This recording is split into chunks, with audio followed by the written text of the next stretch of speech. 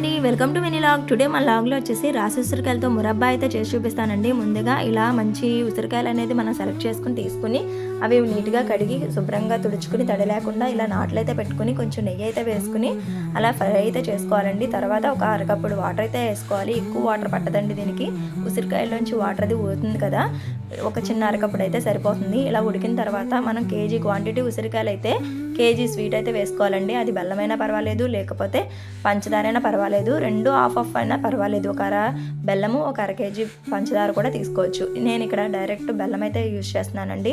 ఇవైతే చాలా మంచిదండి, పిల్లలకి ఆకలి పెంచుతుంది, అలానే ఇమ్యూనిటీ పవర్ అయితే బాగా పెరుగుతుందండి. సిట్రస్ ఫ్రూట్ కదా, చాలా బాగుంటుంది. ఈ కన్సిస్టెన్సీ వచ్చే వరకు ఉడికించుకోవాలండి. నెక్స్ట్ డే మార్నింగ్కి ఇలా ఉంటుంది.